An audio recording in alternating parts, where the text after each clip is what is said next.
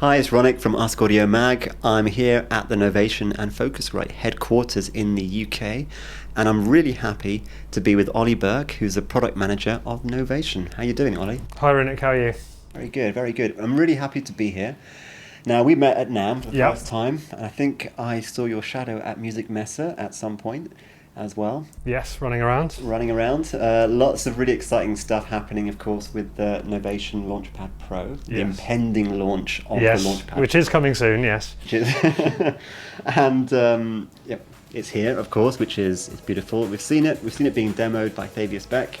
I'd love to talk to you about the entire range of the Launchpads, and specifically, let's start with the Launchpad Pro and talk about the product development cycle for that. When the idea started and what drove that idea. Yeah, well, I suppose from the original Launchpad, there was always the need and the want from us internally and from our customers to take it forward, to do the obvious improvements, which are things like make it more colourful, make it velocity sensitive, which were the main drivers in the new development, but we wanted to do more, but not necessarily that much more that it took it away from what the original Launchpad was. So from the original Launchpad we'd made the S, which dealt with customer needs of daylight brightness, little things that make life easier like class compliance, and then other things which kind of allowed the more satellite users to take their experience further. So the difference between the original Launchpad and S was the refresh rate of LEDs, which doesn't sound like very much, but that really changed the way that people could do their YouTube videos, and from that little thing, shows on the original S that were interesting turned into shows that were really quite inspiring and fast and exciting. So with the Pro, we've got still very bright daylight LEDs. We've got velocity sensitivity, but on top of that, we've also got pressure sensitivity. So as long as you're hitting it and then keeping your finger on it, now we can use aftertouch and send that to synthesizers or various things in live. And then we looked at the Ableton Live experience and what we and our users were kind of mapping in live on the original S. We wanted to bring out and turn into proper features. So I would map click to a button. So now we have click as a real button. People would be taking some of the mixer functionality that was on a different page in the original S and putting it on the front page so they can mute and solo tracks. And for people maybe not familiar with the Launchpads themselves, so that's all pre-mapped with into Ableton Live? Yes, everything that is written on the unit is accessible just from plugging in the device. There's no additional mapping to be done. It just works out of the box. But of course, it's MIDI compliant, so it'll work with Logic, with Pro Tools, Cubase, FL Studio. I suppose the other part of the Launchpad story was that it was designed as an Ableton Live controller. But very soon after it was released, we saw DJ companies, other electronic music software companies, video DJing, lighting guys in theatres. Everyone was taking the concept and using it for their own needs. The companies themselves were providing the mappings, or individuals were writing software for it. So we wanted to ensure that the Pro has all the openness of the first one that we didn't necessarily expect in the first one, but we expect it in this one. So we're working with some other software companies at the moment to have proper integration, and we're working with smaller people, so Max for Live programmers will be able to get involved and improve the Ableton experience. And not confirmed yet, but we are looking at the possibility of open sourcing the firmware, which is a really big step, because it means that all of this customization can be done in a non-computer environment. Okay. So this is currently just plugged in via USB, but on the back there's a power supply and MIDI in and out. Right. Yeah, we're planning to hold some hack days and get some people in and see what they can do with it. So that's really interesting. So that would be enabling it to be used not only with software but with hardware. I mean, Yes. but, in its existing form, can it be used with other hardware? Yeah, well, again back to this openness and allowing people to use it in any way that they want. I believe the majority of people who are going to be using it are Ableton Live customers, but Ableton Live customers don't just use Ableton Live. They may have some hardware, they may use other bits of software, maybe not necessarily music software, but they may be doing video stuff as well. They're weak people like the rest of us, so they might even use Logic. Exactly. So attached to a computer, its potential is great, and on its own, its potential is great as well. Yeah, people on the original Launchpad, there were programs like MIDI Catapult, which was, I think, just one guy who created a editor and allowed people to redefine MIDI CCs and areas and a square here and a fader here and some things here. So that must be really inspiring for you personally to kind of see other people, taking something that you've made as it's become a very popular controller, and then giving it extra functionality outside of what you even maybe envisaged. Yeah, that I think in a way that might be the most exciting bit, to not know what's going to be happening with it in the next year or 2 years or 3 years. But as long as we can do everything that we can to enable all of that stuff to happen, then we're in a good place for that to grow. Yeah, we always release programmers reference guides, so people who want to hack it or take it further have all the documentation that they need to do that. That's fantastic. So so this is really opening up to the hacker community, which is great to see. Yes. Yeah. Nice. Okay, so in terms of the design of it, of course, for the untrained eye, it might look pretty similar to the original Launchpad, or the Launchpad S at least. Yeah. So, what do you feel has you've refined or changed the most in terms of the design itself? I suppose some of the interesting things are the things that we haven't done. So there have been lots of conversations about adding knobs and faders and turning it into something bigger and more controllable. But I think doing that, it's no longer a Launchpad, and it has to just be buttons, and we can add features to that button matrix to expand its functionality. But I believe that as soon as it's got all these knobs and stuff, it's no longer a Launchpad, and it loses that throw it in a bag portability, it loses the robustness, and it loses its identity. So just buttons, but these buttons are better buttons because they're velocity and pressure sensitive and they're RGB, and there are more of them. Other things, the industrial design's been updated. We've got this new orange bottom. There's a nice big fat orange mat on it, so it doesn't slip away. We see people playing delicately with these things, but we see people beating them and performing with them, because it has really taken its place on stage, and people want to be more expressive and hit their equipment more hard. Well, that's interesting, because it's being used not only as a DJ tool to kind of trigger clips, but also to perform. I mean, were you surprised with the original Launchpad when it became used as more of an instrument than a controller?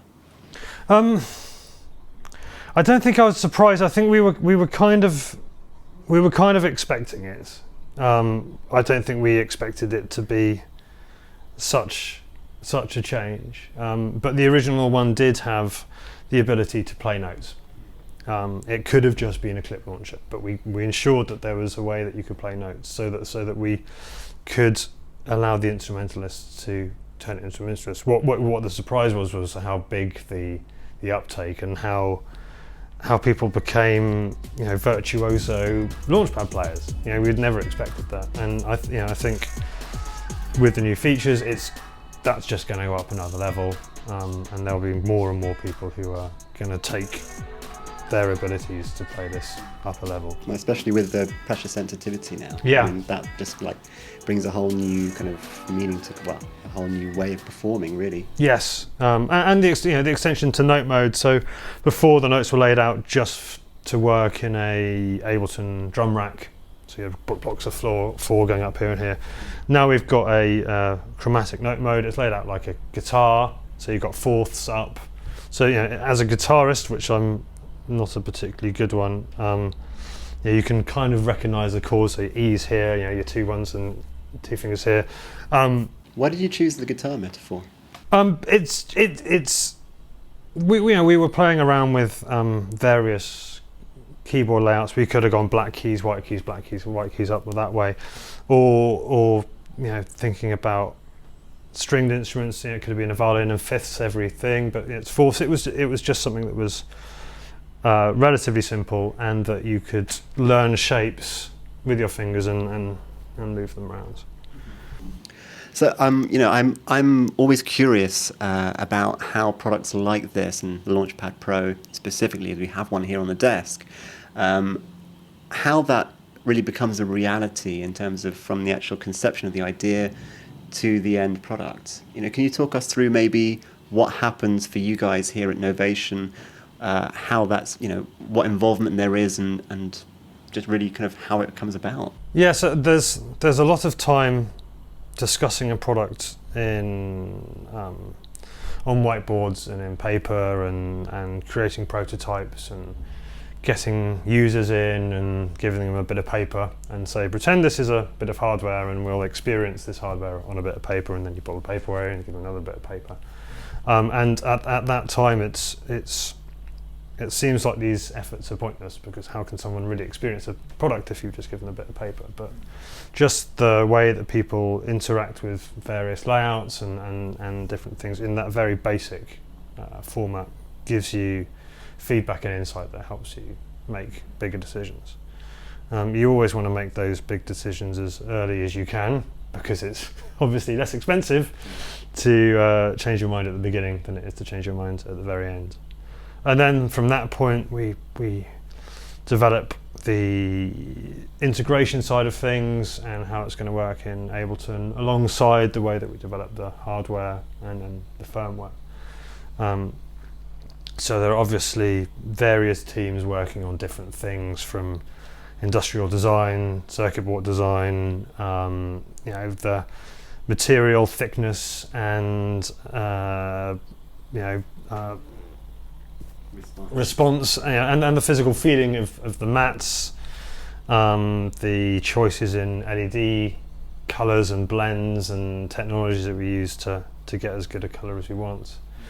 Then there's tweaking of all the curves of the velocity and the curves of the pressure, and so it's all this big acceleration at the end where everything comes together and scripts are delivered by Ableton, and it's only right at the end where everything comes together and you really get to experience what you've been working on the last year or so.